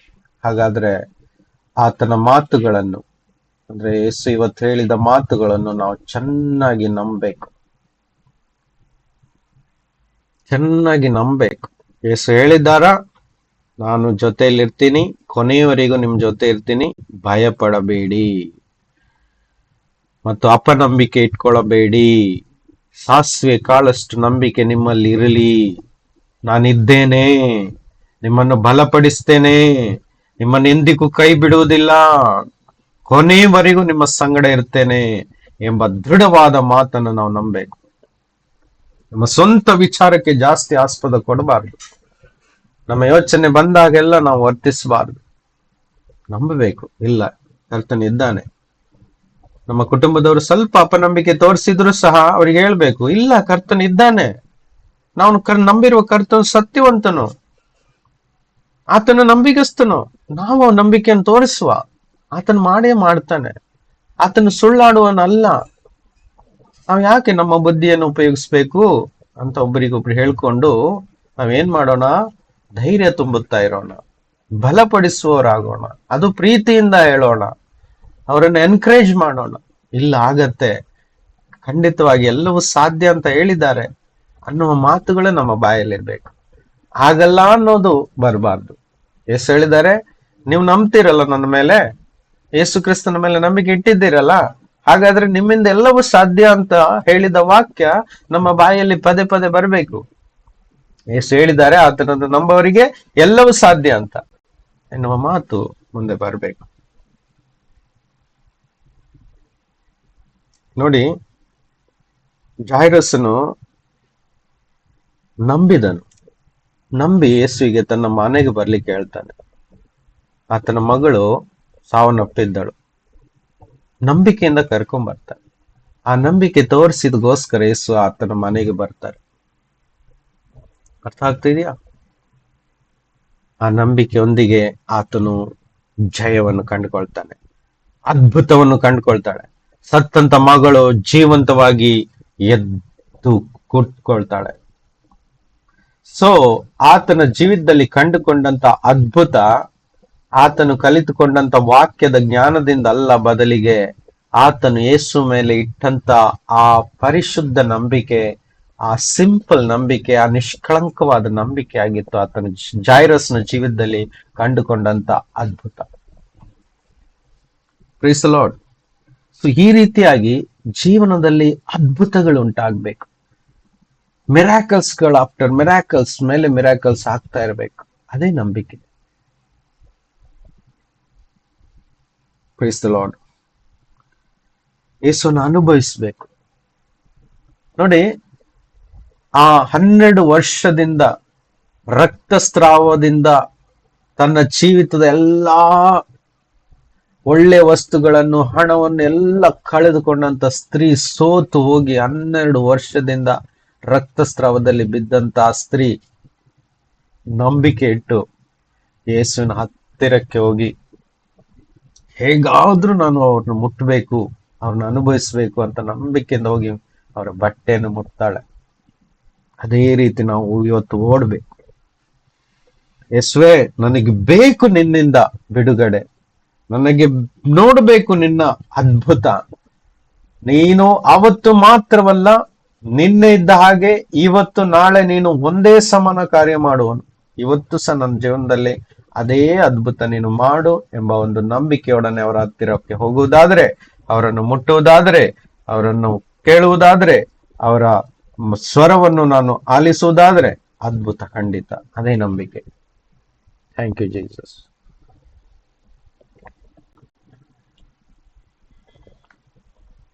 ಹಲ್ಲೆಲೂಯಾ. ಈ ರೀತಿಯಾಗಿ ಆತನ ವಾಕ್ಯದ ಮೇಲೆ ಸ್ಥಿರವಾಗಿ ನಾವು ನಂಬಿಕೆಯನ್ನು ಇಟ್ಕೊಳ್ಬೇಕು. ಅದರ ಅರ್ಥನೇ ವಾಕ್ಯ ನಮ್ಗೊಳಗೆ ನೆಲೆಗೊಂಡಿರ್ಬೇಕು. ನೋಡಿ, ಮೇರಿಯ ಹತ್ತಿರ ಗ್ಯಾಬ್ರಿಯಲ್ ದೇವದೂತನು ಬಂದು ಸಂದೇಶ ಕೊಡ್ತಾರೆ, ನಿನ್ನ ಹೊಟ್ಟೆಯಲ್ಲಿ ಹುಟ್ಟುವ ಮಗು ಲೋಕ ರಕ್ಷಕನು. ಅಬ್ಬಬ್ಬ, ಎಂತ ಮಾತದು. ಆದ್ರೆ ಆತಳು ನೋಡಿದಾಳ? ಅದು ನಿಜವಾಗುತ್ತೆ ಅಂತ ಆತಳಿಗೆ ಪಿಕ್ಚರ್ ಏನಾದ್ರು ತೋರಿಸಿದ್ರೆ ಇಲ್ಲ. ಹೇಳಿದ ವಾಕ್ಯ ಆತಳು ಹೃದಯದಲ್ಲಿ ತೆಗೆದುಕೊಂಡು ಅದನ್ನು ಕಾಪಾಡಿಕೊಂಡ್ಳು. ಯಾರಿಗೂ ಹೇಳಲಿಲ್ಲ. ಅವಮಾನ ಇತ್ತು. ಯೋಸೆಫನು ಬಿಟ್ಟು ಹೋಗ್ಲಿಕ್ಕೆ ಟ್ರೈ ಮಾಡಿದ, ಆದ್ರೂ ಸಹ ಯೋಸೆಫನಿಗೂ ದರ್ಶನ ಸಿಕ್ಕಿ ಆತನು ಸಹಾಯ ಮಾಡಿ ಒಟ್ಟಿಗೆ ನಿಂತ. ಕೊನೆಗೆ ಆತಳು ಗರ್ಭವನ್ನು ಧರಿಸಿದ್ಲು. 9 ತಿಂಗಳಾಯ್ತು, ಹೆತ್ತಳು. ಆದ್ರೂ ಕಷ್ಟ ಇತ್ತು.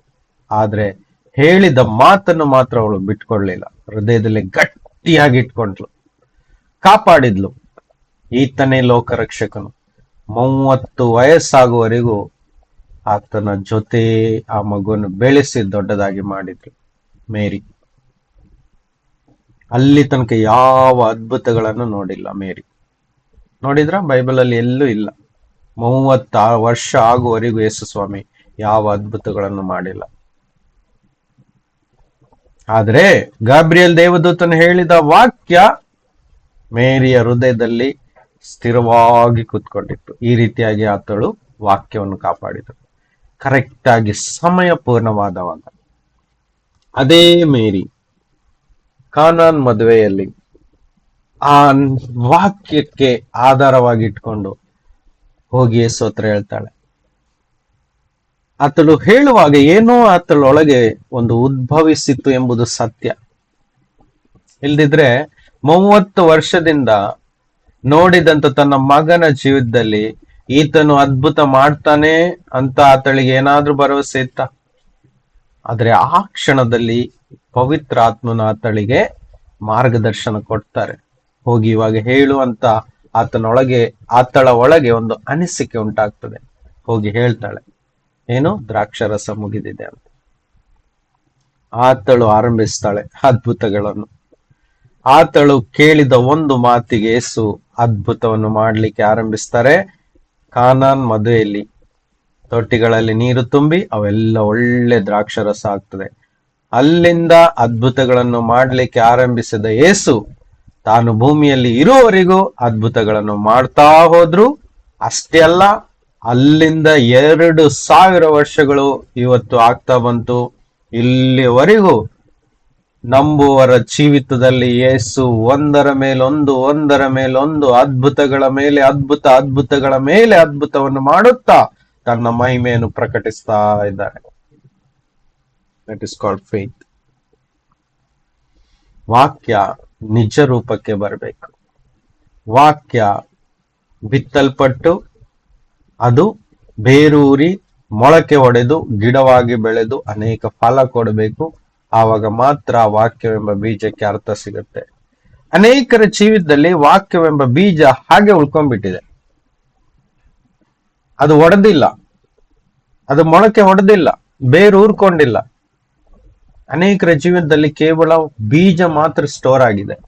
ಇವತ್ತು ನಾವು ಆ ಬೀಜಕ್ಕೆ ಸರಿಯಾಗಿ ಮೊಳಕೆ ಹೊಡೆಯುವ ರೀತಿಯಲ್ಲಿ ಅದಕ್ಕೆ ನೀರನ್ನು ಸುರಿಸುವ, ಸರಿಯಾದ ಭೂಮಿಯಲ್ಲಿ ಮೆದುವಾದ ಮಣ್ಣೆಂಬ ಭೂಮಿಯಲ್ಲಿ ನಾವು ಅದನ್ನ ಹೂತಾಕುವ, ಅಲ್ಲಿ ಮೊಳಕೆ ಹೊಡಿಬೇಕು. ಅರ್ಥ ಆಗ್ತಾ ಇದೆ ಅಂತ ತಿಳ್ಕೊಳ್ತೇನೆ. ನಮ್ಮ ಹೃದಯವೆಂಬುದೇ ಆ ಭೂಮಿ. ಆ ಹೃದಯದಲ್ಲಿ ತರುವ ನಮ್ಮ ಇನ್ಫಾರ್ಮೇಶನ್ ಎಂಬ ಮೆಮರಿಯಲ್ಲಿ ಇಡದೆ ಅದನ್ನು ಈ ಕಡೆ ತಗೊಂಡು ಬಂದು ಅಲ್ಲಿ ಇಡುವ. ಜೀವನ ಬದಲಾಗಬೇಕು, ರಿಸಲ್ಟ್ ನಾವು ನೋಡ್ಬೇಕು. ಅದೇ ಕ್ರಿಸ್ತಿಯ ಜೀವಿತ. ಫಲವಿಲ್ಲದೆ ಏನು ಪ್ರಯೋಜನ ಇಲ್ಲ. ಫಲವಿಲ್ಲದ ಜೀವಿತ ವೇಸ್ಟ್. ಫಲವಿಲ್ಲದ ಕೊಂಬೆಗಳನ್ನು ಕೊನೆಗೆ ಕಡಿದು ಹಾಕಿ ಬೆಂಕಿಗೆ ಬಿಸಾಡಲ್ಪಡ್ತದೆ. ಇದನ್ನು ನಾವು ನೆನಪಿನಲ್ಲಿ ಇಡಬೇಕು. Praise the Lord. ಸೊ ಈ ಸಿಂಪಲ್ ಫೇತ್, ಈ ಬಡವರು ಮತ್ತು ರೋಗಿಗಳು ಯೇಸುವಿನ ಹತ್ರ ಬಂದು ಕೂಗಿ ಕೇಳ್ಕೊಳ್ತಾರೆ. ಕುರುಡನು ಕೂಗ್ತಾನೆ, ದಾವಿದ ಪುತ್ರ ಅಂತ ಕೂಗ್ತಾನೆ. ಅವನಿಗೇನು ಗೊತ್ತಿಲ್ಲ, ಅವನು ಸ್ಕಾಲರ್ ಅಲ್ಲ, ಏನೂ ಅಲ್ಲ. ಯಾರಿಂದನೋ ಕೇಳಿದ ಯೇಸು ಗುಣಪಡಿಸ್ತಾರಂತ. ಈತನು ನಂಬಿದ, ನನ್ನನ್ನು ಗುಣಪಡಿಸಪ್ಪ ದಾವಿದ ಪುತ್ರ ಅಂತ ಕೇಳಿದಾಗ ಯೇಸು ಅಲ್ಲೇ ನಿಂತು ಓಡಿ ಬರ್ತಾರೆ ಆತನ ಹತ್ರ. ಅದೇ ಫೇತ್, ಅದು ಜೀವಿತವನ್ನು ಬದಲಾಯಿಸ್ತದೆ. ಇವತ್ತು ನಾವು ಯೇಸುವನ್ನು ಅನುಭವಿಸ್ಲಿಕ್ಕೆ ಪ್ರಯತ್ನ ಪಡಬೇಕು. ವಾಕ್ಯ ನಿಜ ರೂಪದಲ್ಲಿ ನಮ್ಮ ಜೀವನದಲ್ಲಿ ಏನಾಗ್ಬೇಕು? ಬೆರೆತು ಹೋಗ್ಬೇಕು. ಅದಕ್ಕೆ ಪ್ರಯತ್ನ ಪಡ್ತಾ ಇರೋಣ. ಯೇಸು ಹತ್ರ ಹೇಳೋಣ, ಕರ್ತನೆ, ನಿನ್ನ ವಾಕ್ಯವನ್ನು ನಾನು ನಂಬಿದ್ದೇನೆ. ಆ ವಾಕ್ಯದ ಪ್ರಕಾರ ನನ್ನ ಜೀವನದಲ್ಲಿ ಬದಲಾವಣೆಗಳು ಆಗ್ಬೇಕು ಯೇಸುವೆ. ಅದಕ್ಕೋಸ್ಕರ ನನಗೆ ಸಹಾಯ ಮಾಡು. ನನ್ನ ಜೀವನದಲ್ಲಿ ನಿನಗೋಸ್ಕರ ಏನೆಲ್ಲ, ನಿನ್ನ ರಾಜ್ಯಗೋಸ್ಕರ ನಿನ್ನ ಚಿತ್ತ ಎಲ್ಲ ಏನಿದೆಯೋ ಅವೇ ನನ್ನ ಜೀವನದಲ್ಲಿ ನಡೀಲಿ ಅಂತ ಪ್ರಾರ್ಥನೆಯೊಂದಿಗೆ ನಾವು ಯೇಸುವನ್ನು ಅನುಭವಿಸ್ತಾ ಹೋಗೋಣ. ನಮ್ಮ ಜೀವಿತದಲ್ಲಿ ಕೆಟ್ಟವುಗಳಿಗೆ ಯಾವುದೇ ಆಸ್ಪದ ಕೊಡದಂತೆ ನಾವು ಮುಂದೆ ಸಾಗ್ತಾ ಇರೋಣ. ಕೊನೆಗೆ ಒಂದು ವಾಕ್ಯದ ಭಾಗವನ್ನು ಓದಿ ನಾವು ನಿಲ್ಲಿಸುವ. James chapter 3 verse number 13. James 3, ಯಾಕೋಬ 3:13. ನಿಮ್ಮಲ್ಲಿ ಜ್ಞಾನಿಯು ಬುದ್ಧಿವಂತನು ಯಾರು? ಅಂಥವನು ಯೋಗ್ಯವಾಗಿ ನಡೆದುಕೊಂಡು ಜ್ಞಾನದ ಲಕ್ಷಣವಾಗಿರುವ ಶಾಂತ ಗುಣದಿಂದ ಅದರ ಫಲವನ್ನು ತೋರಿಸಲಿ. ನೋಡಿ, ಕೆಲವೊಮ್ಮೆ ನಮಗೆ ಸಿಟ್ಟು ತಾಳ್ಲಿಕ್ಕೆ ಆಗುದಿಲ್ಲ. ಹೌದಾ? ಹೈಪರ್ ಆಗಿಬಿಡ್ತೀವಿ. ಸಡನ್ ಆಗಿ ಏನಾರು ಒಂದು ಮಾತಾಡ್ಬಿಡ್ತೀವಿ. ಮತ್ತೆ ಮುಂದೆ ಗೊತ್ತಿದೆ ನಿಮ್ಮೆಲ್ಲರಿಗೂ ನಾನು ಏನ್ ಹೇಳ್ತಾ ಇದ್ದೀನಿ, ಅದರ ರಿಯಾಕ್ಷನ್ ಹೇಗಿರುತ್ತೆ ಅಂತ. ನಿಜವಾದ ಬುದ್ಧಿವಂತನು ನೋಡಿ, ಇದು ಜ್ಞಾನ ಅಲ್ಲ, ಇದು ಬುದ್ಧಿಯ ಬಗ್ಗೆ ಮಾತಾಡ್ತಾ ಇದೆ. ವಾಕ್ಯ ಜ್ಞಾನಗೋಸ್ಕರ ನಾವು ಸ್ಟಡಿ ಮಾಡಬಾರ್ದು, ಬುದ್ಧಿಗೋಸ್ಕರ ಸ್ಟಡಿ ಮಾಡಬೇಕು. ಬುದ್ಧಿ ಮತ್ತೆ ಜ್ಞಾನದ ಡಿಫ್ರೆನ್ಸ್ ನಿಮ್ಗೆ ಗೊತ್ತಾಗ್ಬಹುದು. ಬುದ್ಧಿ ಕರ್ತನಿಂದ ಮಾತ್ರ ಸಿಗ್ತದೆ, ವಾಕ್ಯದಿಂದ ಸಿಗ್ತದೆ. ಸೊ ಬುದ್ಧಿವಂತನು ಹೇಗೆ ರಿಯಾಕ್ಟ್ ಮಾಡ್ತಾನಂತ ಹೇಳಿ ಇಲ್ಲಿ ಹೇಳಲ್ಪಟ್ಟಿದೆ. ಹೇಗೆ? ಜ್ಞಾನದ ಲಕ್ಷಣ ಅಂದ್ರೆ ಬುದ್ಧಿವಂತನ ಲಕ್ಷಣ ಏನು ಗೊತ್ತಾ? ಆತನು ಯೋಗ್ಯವಾಗಿ ನಡೆದುಕೊಳ್ತಾನೆ. ಎಲ್ಲಾ ವಿಷಯದಲ್ಲಿ ಯೋಗ್ಯವಾಗಿ ನಡ್ಕೊಳ್ತಾನೆ. ಒಳ್ಳೆ ರೀತಿಯಿಂದ ಡಿಸಿಪ್ಲಿನ್ ಆಗಿ ಇರ್ತಾನೆ ಲೈಫಲ್ಲಿ. ಆಮೇಲೆ ಇನ್ನೊಂದು ಪಾಯಿಂಟ್, ಜ್ಞಾನದ ಲಕ್ಷಣವಾಗಿರುವ ಶಾಂತ ಗುಣ, ಆ ಫಲವನ್ನು ತೋರಿಸ್ತಾನೆ. ನಮ್ಮಲ್ಲಿ ನಾವು ಇವತ್ತು ನೋಡುವ, ನಮ್ಮಲ್ಲಿ ಎಷ್ಟು ಜನರ ಜೀವಿತದಲ್ಲಿ ಜ್ಞಾನದ ಲಕ್ಷಣವಾಗಿರುವ ಶಾಂತ ಗುಣ ಇದೆ? ಚೆಕ್ ಮಾಡಿ ನೋಡಿ. ನಮ್ಮನ್ನೇ ನಾವು ಚೆಕ್ ಮಾಡೋಣ. ನಮ್ಮಲ್ಲಿ ಎಷ್ಟು ಜನರಲ್ಲಿ ಶಾಂತ ಸ್ವಭಾವ ಇದೆ? ಎಷ್ಟೇ ಡಿಫಿಕಲ್ಟ್ ಆದಂತ ಪರಿಸ್ಥಿತಿಗಳು ಬಂದ್ರು ನಾವು ಶಾಂತವಾದ ಸ್ವಭಾವವನ್ನು ತೋರಿಸ್ತೀವಿ. ನಮ್ಮನ್ನೇ ನಾವು ಚೆಕ್ ಮಾಡುವ. ನಾವು ಎಷ್ಟು ಸಲ ಹೈಪರ್ ಆಗ್ತೀವಿ, ಎಷ್ಟು ಸಲ ಶಾಂತವಾಗಿರ್ತೀವಿ. You have to try. ಅದು ಯಾವಾಗ ಪರ್ಫೆಕ್ಷನ್ ಬರುತ್ತೆ ಆವಾಗ ನಾವು ತಿಳ್ಕೊಳ್ಬಹುದು, ನನ್ನಲ್ಲಿ ನಿಜವಾದ ಬುದ್ಧಿ ಉಂಟು, ಅದು ಕರ್ತನ ಕೊಟ್ಟಂತ ಬುದ್ಧಿ. That is called wisdom, wise man ಅಂತ ಹೇಳ್ತಾರೆ. ಇವತ್ತಿಂದ ಈ ಒಂದು ವಾಕ್ಯ, ಶಾಂತ ಸ್ವಭಾವ, ಶಾಂತ ಗುಣ ಎಂಬ ಒಳ್ಳೆ ಫಲವನ್ನು ನಾವು ತೋರಿಸೋರಾಗೋಣ. ಆವಾಗಲೇ ನಾವು ಬುದ್ಧಿವಂತರೆಂದು ಪರಿಗಣಿಸಲಿಕ್ಕೆ ಸಾಧ್ಯ. ಆಮೇಲೆ ಸೊ ಮುಂದೆ ವಾಕ್ಯ ನೋಡುವುದಾದ್ರೆ, ಮತ್ಸರ, ಪಕ್ಷಭೇದ ಇವೆಲ್ಲ ಹೃದಯದೊಳಗೆ ಇರಬಾರ್ದು. ಸುಳ್ಳಾಡಬಾರ್ದು. ಅವು ಯಾವುದು ಮೇಲಣಿಂದ ಬಂದ ಜ್ಞಾನವಲ್ಲ, ಅದೆಲ್ಲ ಭೂ ಸಂಬಂಧವಾದದ್ದು, ಪ್ರಾಕೃತವಾದದ್ದು, ದೆವ್ವಗಳಿಗೆ ಸಂಬಂಧಪಟ್ಟದ್ದು. ಓಕೆ, 17ನೇ ವಾಕ್ಯ ನೋಡಿ, ಈ ರೀತಿಯಾಗಿ ಹೇಳ್ತದೆ. ಆದರೆ ಮೇಲಿನಿಂದ ಬರುವ ಜ್ಞಾನವು ಮೊದಲು ಪರಿಶುದ್ಧವಾದದ್ದು. ನೋಡಿ, ಪ್ಯೂರ್ ಆಗಿರ್ತದೆ ದೇವರ ಜ್ಞಾನ. ಆಮೇಲೆ ಅದು ಸಮಾಧಾನವಾಗಿರುತ್ತೆ, ಅದೇ ಶಾಂತ ಗುಣ. ದೇವರ ಜ್ಞಾನ ನಮ್ಮಲ್ಲಿ ಇದೆ ಅಂತ ಹೇಳೋದು ಯಾವುದರಿಂದ? ನಾವು ಶಾಂತ ಮನಸ್ಸುಳ್ಳವರು, ಶಾಂತ ಸ್ವಭಾವದವರು ಆಗ್ತೀವಿ. ಆಮೇಲೆ ನಮ್ಮಲ್ಲಿ ವಿನಯತೆ ಇರ್ತದೆ, ತುಂಬಾ ವಿನಯತೆ. Price the Lord. ಆ ವಿನಯತೆ ನಮ್ಮಲ್ಲಿ ಕಂಡು ಬರ್ಬೇಕು. ಇದೇ ದೇವರ ಜ್ಞಾನ, ಬುದ್ಧಿ. ಜ್ಞಾನ ಅಲ್ಲ, ಬುದ್ಧಿ. ಮತ್ತೆ ಸಂತೋಷವಾಗಿರ್ತೀವಿ. ಬೇರೆಯವ್ರ ಜೊತೆ ಮಾತಾಡ್ಬೇಕಾದ್ರೆ ಅವರಿಗೂ ಸ್ವಲ್ಪ ಸಂತೋಷವನ್ನು ನಾವು ಏನ್ ಮಾಡ್ತೀವಿ? ಶೇರ್ ಮಾಡ್ತೀವಿ. ಸಂತೋಷವನ್ನೇ ಶೇರ್ ಮಾಡ್ತೀವಿ ಯಾವಾಗ್ಲೂ. ನಮ್ಮ ಕಷ್ಟಗಳಿಗಿಂತ ಹೆಚ್ಚಾಗಿ ನಮ್ಮಲ್ಲಿರುವಂತ ಒಳ್ಳೆ ಸಂತೋಷದ ಅಂಶಗಳನ್ನ ಅವ್ರಿಗೆ ಕೊಟ್ಟು ಅವ್ರನ್ನ ಸಂತೋಷ ಪಡಿಸ್ತಾ ಇರ್ತೀವಿ. ನಮ್ಮಲ್ಲಿ ಇದ್ರೆ ಮಾತ್ರ ಕೊಡ್ಲಿಕ್ಕೆ ಸಾಧ್ಯ ಅಲ್ವಾ? ಖಂಡಿತವಾಗಿ. ಅದೇ ಬುದ್ಧಿವಂತನ ಲಕ್ಷಣ. ಕರುಣೆ ಹೀಗೆ ಅನೇಕ ಫಲಗಳಿಂದ ತುಂಬಿರುತ್ತದೆ ಒಬ್ಬ ಬುದ್ಧಿವಂತನ ಲಕ್ಷಣ. ಚಂಚಲ ಇರಲ್ಲ, ಕಪಟತನ ಇರಲ್ಲ. ಸಮಾಧಾನ ಪಡಿಸುವವರು ಸಮಾಧಾನವೆಂಬ ಬೀಜವನ್ನು ಬಿತ್ತಿ ನೀತಿ ಎಂಬ ಫಲವನ್ನು ಕೊಯ್ಯುವರು. ಸೊ ನೀತಿವಂತನು ತನ್ನ ಜೀವನದಲ್ಲಿ ಯಾವಾಗಲೂ ಸಮಾಧಾನವನ್ನು ಕಂಡುಕೊಳ್ತಾ ಇರ್ತಾನೆ ಎಲ್ಲರ ಜೊತೆ. Price the Lord. ಸೊ ಈ ರೀತಿಯಾಗಿ ನಿಮ್ಮಲ್ಲಿ ಜ್ಞಾನಿಯು ಬುದ್ಧಿವಂತನು ಯಾರು ಅಂತವನು ಯೋಗ್ಯವಾಗಿ ನಡೆದುಕೊಂಡು ಜ್ಞಾನದ ಲಕ್ಷಣವಾಗಿರುವ ಶಾಂತ ಗುಣದಿಂದ ಅದರ ಫಲವನ್ನು ತೋರಿಸಲಿ. Praise the Lord. ಸೊ ಇವೆಲ್ಲ ವಾಕ್ಯಗಳು ನಮ್ಮ ಜೀವಿತದಲ್ಲಿ ಒಂದು ಬದಲಾವಣೆಗೆ ಕಾರಣವಾಗಲಿ ಎಂದು ಪ್ರಾರ್ಥಿಸ್ತಾ ನಾವು ಇಲ್ಲಿಗೆ ಈ ಸಂದೇಶದ ಭಾಗವನ್ನು ಅಂತ್ಯಗೊಳಿಸೋಣ. ಬನ್ನಿ ನಾವು ಪ್ರಾರ್ಥನೆ ಮಾಡುವ. ಪರಿಶುದ್ಧನು ಪರಿಶುದ್ಧನು ಪರಿಶುದ್ಧನಾಗಿರುವಂತ ನಮ್ಮ ಕರ್ತನು ನಮ್ಮ ಒಡೆಯನು ಆದಂತ ಯೇಸುವಿನ ನಾಮದಲ್ಲಿ ನಾವು ಪ್ರಾರ್ಥಿಸ್ತೇವೆ ತಂದೆಯೇ. ಈ ಸಮಯದಲ್ಲಿ ಕೇಳಿದಂತೆ ಈ ವಾಕ್ಯದ ಭಾಗಗಳು, ಈ ವಾಕ್ಯದ ತಿಳುವಳಿಕೆ, ಈ ವಾಕ್ಯದ ಸಂದೇಶ ನಾವು ಕೇಳಿದಂತೆ ಎಲ್ಲರ ಜೀವಿತದಲ್ಲಿ ಒಂದು ದೊಡ್ಡ ಬದಲಾವಣೆಯನ್ನು ತರುವುದಾಗಲಿ ಸ್ವಾಮಿ. ನಿಮ್ಮ ವಾಕ್ಯಗಳು ನಮಗೆ ಜೀವವೂ ಆತ್ಮವೂ ಆಗಿದೆ.